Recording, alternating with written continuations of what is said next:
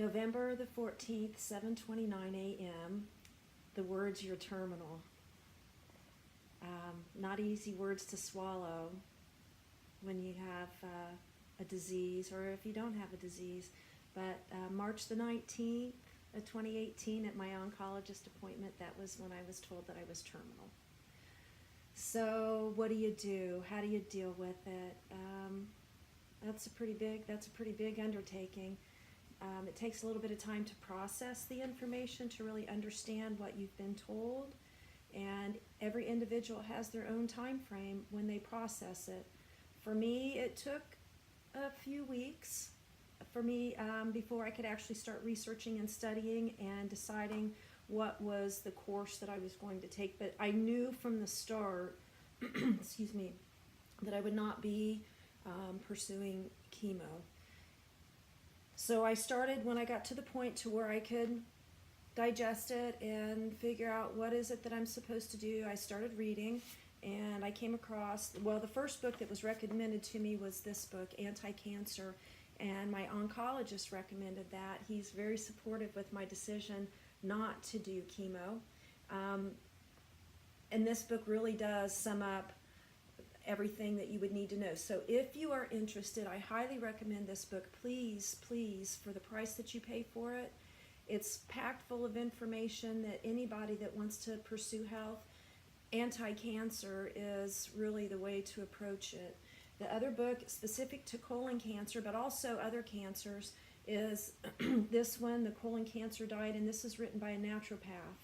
And it's very easy to read, but the book, Anti-Cancer, that was written by a member of the medical establishment, a doctor, and Colon Cancer Diet, written by a naturopath, basically come up with the same thing. It starts with your mind. The battle is in the mind daily, and the biggest war that we wage is the war to not be overcome with feelings of helplessness and hopelessness.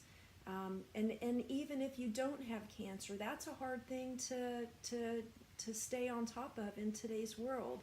I just want to read one short paragraph from Anti-Cancer concerning the feelings of helplessness. Those who felt loved and supported and who kept up the morale had more combative NK cells, which is in the immune system, than those who felt alone, helpless, and emotionally distraught. Everything suggests that the white blood cells of the immune system are particularly sensitive to feelings of helplessness, a conviction that nothing can be done to overcome the disease and the ensuing loss of the will to live. Experiments were done on rats, and the behavior of the rats suggests that they had lost all confidence in their abilities, and when they were confronted with competition, they were submissive and passive. They no longer felt back when attacked, and it is exactly in such circumstances that their immune system all gave up. It's as if the emotional state observed from the outside in the individual's behavior is reflected in the internal behavior of the immune cells. When the rat or person gives up, feeling that life is no longer worth living, the immune system lays down its arms as well. In contrast, rediscovering in oneself the will to live often accompanies a decisive turning point in the course of the disease. So the first thing in my process, everybody's process is different. I'm just explaining my process. The first thing I knew that I had to attack was the feelings of helplessness, because they're real. The feelings of helplessness and hopelessness are real, and the facing of your own death, the idea that you're terminal, that you're not going to live to see all of those things that you want to see, it takes a lot of processing. It takes a lot of processing. So if you are in that process, don't give up. Never give up. Never give up. So how do you deal with it? What do you do? Well, what do I do? What do I do? I can't work because I've chosen to not take drugs, including pain pills and anxiety meds. I do take CBD oil. It's perfectly legal, and yeah, it it helps keep those aches and pains at bay. The anxiety is the biggest part because it's in the mind, and we know from our researchers that we have to get a hold of our minds. So how did I do that? Well, I did that by turning to God, because I was already of faith. I already believed. It was nothing that was new to me. So turning in that direction was very natural for me.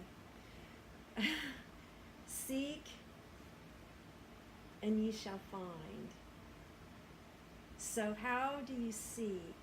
Well, seeking peace, because what we are talking about is anxiety, and we have to seek peace. We have to work away from the anxiety into a state of calm. Meditation, absolutely meditation, without question. I try to meditate daily, and over the course of my day, I achieve that. What do I meditate upon? My meditation is my connection to God, that cord that He has to us, that He wants to reestablish. The other thing that I do is I express my emotions. You have to express your emotions. You have to express your feelings. You have to find an outlet. Journaling is a great way. And you know what? You can tear the pages out and you can throw them in the fire and you can burn them if you want. Nobody has to read it, but it's an emotional outlet for you. The other thing that I do is I dance. I taught ballet for 10 years before I went to work at Haynes in the mill. I taught dance. So back to that expression, letting that emotional energy out, getting rid of the negative feelings that you get, the negative thoughts that you get. You can't dwell on them. So find some paints, find something that you like to do and do it. Delight yourself in the Lord, and He will give you the desires of your heart. It doesn't matter. You're not doing it for anybody but yourself. Jesus wept.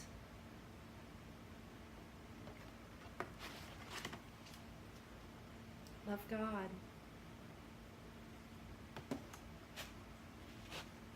Oh yeah, this one. She turned herself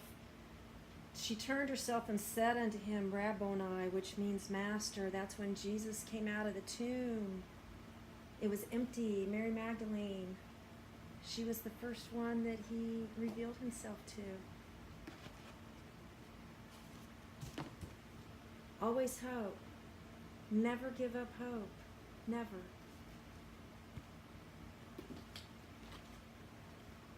And remember that we're not alone. You see, Shadrach, Meshach, and Abednego went into the fiery furnace, but when they looked in, there were four. There were four of them. Lo, I see 4 men loose walking in the midst of the fire, and they have no hurt. And the form of the fourth is like the Son of God. You see, we're never alone. We're never alone. Never. And this one here, I found in a hymnal, and it's beautiful. The music will never end. I used to think loving life so greatly that to die would be like leaving the party before the end. But now I know that the party is really going on somewhere else, that the light and the music escaping in snatches to make the pulse beat faster and the tempo quicken comes from another place. And I know too that when I get there, the music and the love and the praise will belong to Him, and the music will never end. You see, the music will never end. So terminal really is just a state of physical presence and being. We never really end. Our energy, our love goes on forever. Don't let the world bring you down. Keep the love flowing, keep the love going. And of course, there's always love God, love your neighbor, and don't judge. He's coming back.